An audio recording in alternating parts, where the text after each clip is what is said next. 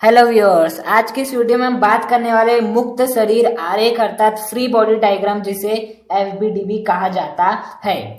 मुक्त शरीर आरेख एक प्रकार का क्या है? आरेख है। क्या है? एक प्रकार का आरेख है अर्थात एक प्रकार का डायग्राम है। जैसे आप किसी वस्तु का डायग्राम बनाते हैं, किसी मनुष्य का डायग्राम बनाते हैं, किसी प्लांट का डायग्राम बनाते हैं, उसी प्रकार आपको इस फ्री बॉडी डायग्राम में किसी वस्तु पर लगने वाला बल का आपको क्या बनाना है? डायग्राम बनाना है कि कोई भी यदि आपको वस्तु दे दी जाए तो उस पर जितने भी बल आरोपित होते हैं उसका वर्णन आप फ्री बॉडी डायग्राम में करते हैं। तो फ्री बॉडी डायग्राम में आप क्या करते हैं? फ्री बॉडी डायग्राम में किसी वस्तु पर जितने भी बल आरोपित होते हैं उन सभी को हम फ्री बॉडी डायग्राम में प्रदर्शित करते हैं। ओके। अब यदि आपको फ्री बॉडी डायग्राम बनाना है तो आपको निम्नलिखित 3 बातों पर जरूर ध्यान रखना होगा। पहली बात है आपकी भार। पहला क्या? भार, जिसका फॉर्मूला होता है W बराबर mg। पहली बात। दूसरा है सामान्य प्रतिक्रिया। क्या है? सामान्य प्रतिक्रिया। ये रही दूसरी जरूरी बात। और तीसरा है तनाव, जिसे टेंशन बोलते हैं। टेंशन इंग्लिश आप ज्यादा अच्छे समझते हैं, जिसे क्या बोलते हैं? टेंशन बोलते हैं, तनाव। ओके। तो यदि आपको फ्री बॉडी डायग्राम बनाना है तो आपको भार, सामान्य प्रतिक्रिया और तनाव के बारे में उचित रूप से जानकारी होनी चाहिए। देखिए, वस्तु पर गुरुत्वाकर्षण बल क्यों आरोपित होता है? क्योंकि आपका कोई ना कोई भार अवश्य है। जब आप ऊपर छलांग लगाते हैं तो नीचे क्यों आते? क्योंकि आपका भार है, जिस कारण पृथ्वी आपको अपनी ओर खींचती है अर्थात गुरुत्वाकर्षण बल आरोपित करती है। अर्थात गुरुत्वाकर्षण बल पृथ्वी आप पर क्यों आरोपित कर पा रही है? क्योंकि आपका कोई ना कोई भार अवश्य है। तो बताइए, भार की दिशा हमेशा सदैव क्या होगी? पृथ्वी की ओर। सदैव कहाँ होगी? पृथ्वी के केंद्र की ओर या पृथ्वी की ओर। तो आपको ये बात अच्छे से याद रखना है कि भार की जो दिशा होगी किसी भी वस्तु पर, वो कहाँ होगी? सदैव पृथ्वी के केंद्र की ओर।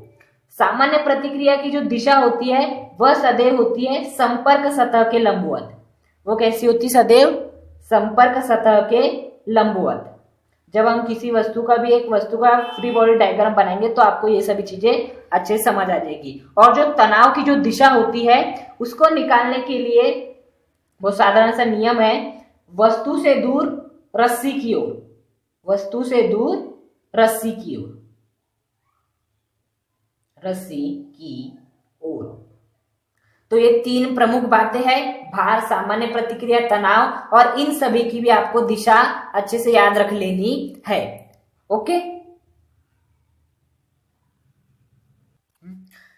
तो यह 3 चीजें हैं जिन्हें आपको अच्छे से याद रखना है। फ्री बॉडी डायग्राम क्या होता है? फ्री बॉडी डायग्राम का अर्थ होता है कि किसी वस्तु पर जो भी बल लगता है उस बल को हम प्रदर्शित करते हैं फ्री बॉडी डायग्राम में। और यदि आपको फ्री बॉडी डायग्राम बनाना है किसी भी वस्तु का तो आपको 3 चीजों के बारे में जानकारी रखना आवश्यक है, जैसे कि भार, सामान्य प्रतिक्रिया, तनाव और उनकी दिशा। भार की दिशा पृथ्वी के केंद्र की ओर, सामान्य प्रतिक्रिया संपर्क सतह के लंबवत, और तनाव वस्तु से दूर रस्सी की ओर। इन बातों को आपको अच्छे से याद रखना है। अब मैं आपको फ्री बॉडी डायग्राम बना के दिखाता हूं। ओके। अब मान लेते हैं पहला फ्री बॉडी डायग्राम। ये मेज है, मान लीजिए आप। ये क्या है? मेज या टेबल मान लीजिए। अब इस पर कोई वस्तु रखी है। ओके। इस पर क्या रखी हुई? कोई वस्तु रखी हुई है। अब हमें बनाना है इस वस्तु का फ्री बॉडी डायग्राम।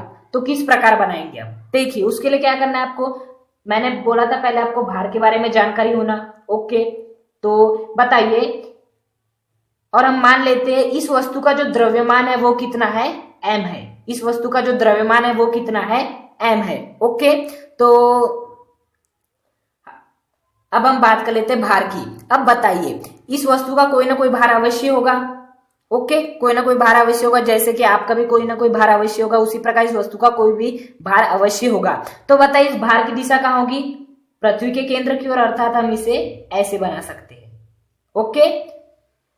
ये इस प्रकार बनाए क्योंकि इसकी दिशा सदैव पृथ्वी के केंद्र की ओर होती है। और यहाँ आपको लिख देना है W बराबर mg। क्या लिख देना है? W बराबर mg, क्योंकि इस वस्तु का द्रव्यमान m है तो हमने W बराबर mg लिख दिए। ओके, अब देखना है आपको दूसरे सामान्य प्रतिक्रिया के बारे में। देखिए क्या बताइए, ये वस्तु किसी सतह के संपर्क में है? बिल्कुल, ये टेबल की सतह के संपर्क में है। याद रखना, सामान्य प्रतिक्रिया तभी लगती है जब आपकी वस्तु किसी सतह के संपर्क में हो।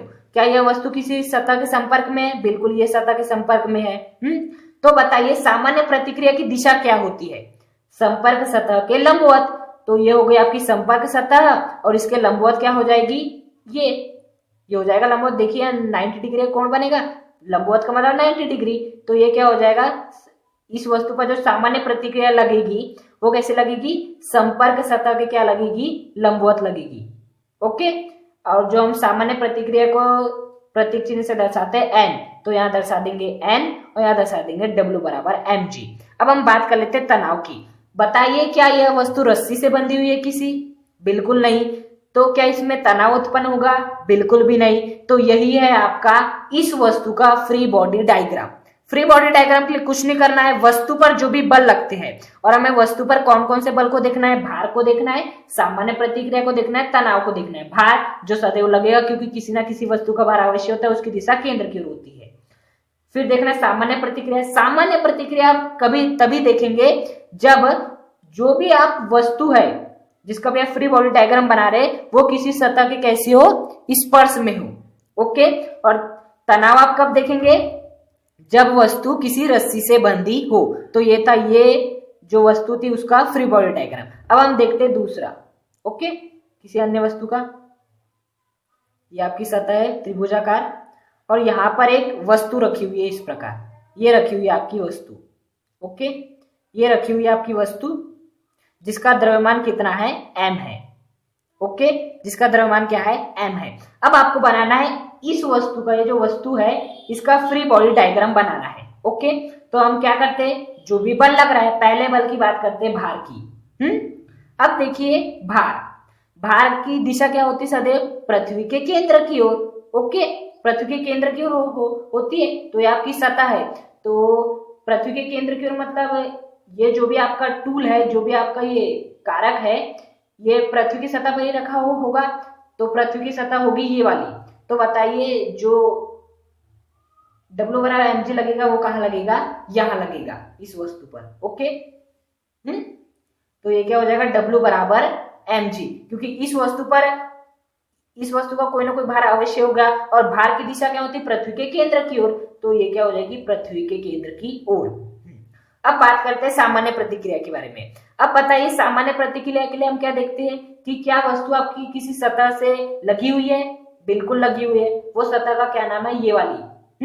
अब आपको सामान्य प्रतिक्रिया को दर्शाना है, तो इसकी दिशा क्या होती है? संपर्क सतह के लंबवत। तो बताइए जो सतह है आपकी वो कैसी है? इस प्रकार की आपकी सतह।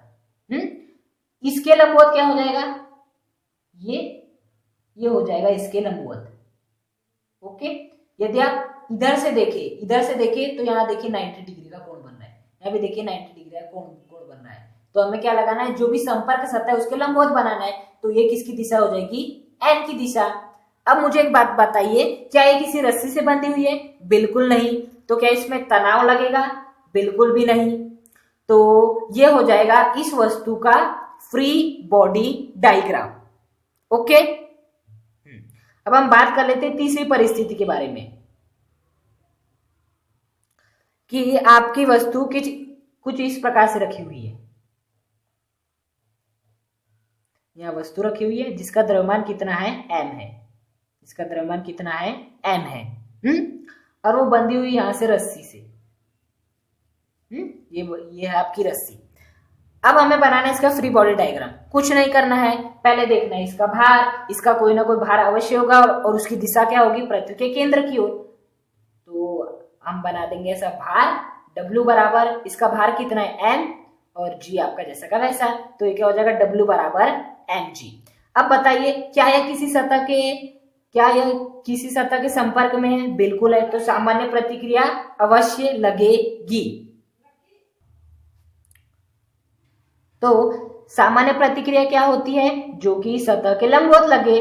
तो इस सतह के लंबवत ऊपर की ओर लग जाएगी। ओके, तो सामान्य प्रतिक्रिया को n से प्रदर्शित करते हैं, तो n की दिशा क्या हो जाएगी? ऊपर की ओर। अब बताइए, अब हम बात कर लेते हैं तनाव के बारे में। क्या यह वस्तु किसी रस्सी से जुड़ी हुई है? बिल्कुल जुड़ी हुई है। तो बताइए तनाव की दिशा कहाँ होती है? वस्तु से दूर रस्सी की ओर। ये हो गई वस्तु से दूर रस्सी की ओर। रस्सी किधर है? इधर की ओर है, तो ये हो गई वस्तु से दूर रस्सी की ओर। तनाव को टी से प्रदर्शित करते हैं। ओके, तो ये हो गया आपका इस वस्तु का फ्री बॉडी डायग्राम। ओके, अब हम बात कर लेते हैं चौथी। ये मान ले कोई सतह है आपकी पृथ्वी पर और वो वस्तु है इस प्रकार रखी हुई है वस्तु। ओके, अब हम बात कर लेते हैं इस पर क्या अब हम इसका बनाएंगे फ्री बॉडी डायग्राम।